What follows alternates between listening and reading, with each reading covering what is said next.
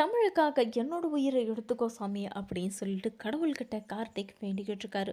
தமிழ் சீக்கிரமாக குணமாயிருந்தா அவளுக்கு எந்த ஆபத்தும் வரக்கூடாதுன்னு சொல்லிட்டு கார்த்திக் இந்த மாதிரி தலையில் இடிச்சுக்கிட்டு கடவுளை வேண்டிக்கிட்டு இருக்காரு. அந்த நேரத்தில் தான் செல்வி ஓடி வந்து உன் மக பொழைச்சிக்கிட்டாடா, சீக்கிரமா அவளை பார்க்கணும் அப்படின்னு சொல்லி கூப்பிடுறாங்க. ஆனால் அந்த நேரத்தில் முருகன் ஹாஸ்பிட்டலுக்கு வந்துடுறாரு. அதை மட்டும் இல்லைங்க, அந்த சமயத்தில் தான் தமிழை பார்த்துக்கிட்டும் இருக்காங்க. ஆனால் தமிழ் ஏதோ முணுமுணுத்துக்கிட்டே இருக்கா அப்படின்னு சொல்லி டாக்டர்கிட்ட சொல்லவும், டாக்டர் கொஞ்சம் கூர்ந்து கவனித்து தமிழ் வந்து என்ன சொல்கிறான் அப்படின்றத கொஞ்சம் கவனிக்கிறாங்க. அந்த நேரத்தில் தான் நம்ம தமிழ் சொல்கிறது மாஸ்டர் மாஸ்டர் அப்படின்னு சொல்லிட்டு இருக்காங்க. யாருங்க அந்த மாஸ்டர்? இதுக்கு முன்னாடி இந்த மாதிரி தானே ஆச்சு, ஏங்க நீங்கள் இப்படி செய்கிறீங்க அப்படின்னு சொல்லிட்டு டாக்டர் வந்து நம்ம சுந்தரிக்கிட்ட கொஞ்சம் கடுமையாக பேசவும், என்னடா இது, மாமாவுக்கு உண்மை தெரிஞ்சிரும் போலியே அப்படின்னு சொல்லி நம்ம சுந்தரி ரொம்பவும் பயப்படுறாங்க. யாரை தான் அந்த மாஸ்டர், நான் போய் கூட்டிகிட்டு வரட்டுமா, நான் போகிறேன், இப்போவே போகிறேன், அவர் எங்கே இருக்காரு, என்ன ஏதுன்னு எனக்கு சொல்கிறீங்களா அப்படின்னு சொல்லி முருகன் கேட்குவோம். அதெல்லாம் ஒன்றும் அதுக்கு அவசியம் இல்லை, அங்கேயே வந்துட்டாங்க அப்படின்னு சொல்லிட்டு செல்வி உள்ளே வராங்க. என்னடா இது, இவங்க உண்மையை சொல்லிடுவாங்களோ அப்படின்னு எல்லாருமே பயப்படுறாங்க. அவங்க பயப்பட்ட மாதிரியே தான் இப்போ உண்மை எல்லாருக்கும் வெளிப்படையாக தெரிஞ்சிருச்சு.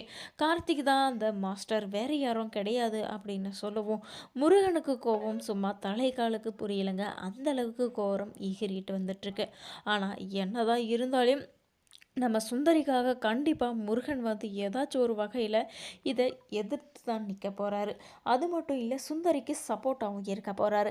கார்த்திக் இருந்துக்கிட்டு நான் இது வரைக்கும் எல்லா போட்ட கண்டிஷன்ஸ் எல்லாத்துக்குமே நான் சரின்னு தான் சொன்னேன், இது வரைக்கும் எதுக்குமே நான் இல்லை முடியாதுன்னு நான் சொல்லவே இல்லை.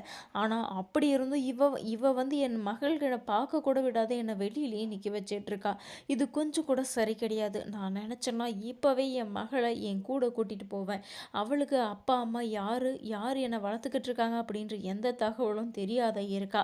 அவள் சின்ன குழந்தை, அவளை போய் நீ தான் இந்த மாதிரி கஷ்டப்படுத்திக்கிட்டு இருக்க, இது எல்லாத்துக்கும் காரணம் நீ தான், உன்னை நான் கண்டிப்பாக சும்மாவே விடமாட்டேன் அப்படின்னு சொல்லிட்டு நம்ம கார்த்திக் கொஞ்சம் கோவமாக பேசிக்கிட்டு இருக்காங்க. என்ன கார்த்திக் பேசிக்கிட்டு இருக்க நீ, இதெல்லாம் சரி கிடையாது அப்படின்னு சொல்லி செல்வி கொஞ்சம் கோவமாக பேசினாலும் உள்ளுக்குள்ளார தன்னோட மகளை பார்க்கறதுக்காக இவன் இருக்கக்கூடிய எல்லார்கிட்டையும் பர்மிஷன் கேட்க வேண்டியதாக இருக்கே அப்படின்னு சொல்லி ஃபீல் பண்ணிட்டு இந்த முடிவை இப்போ எடுத்திருக்காங்க.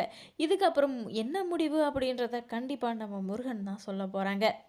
ஆனால் முருகன் எடுக்க போகிற முடிவில் தமிழ், சுந்தரி, கார்த்திக் இவங்க 3 பேரோட வாழ்க்கையும் அடங்கியிருக்கு.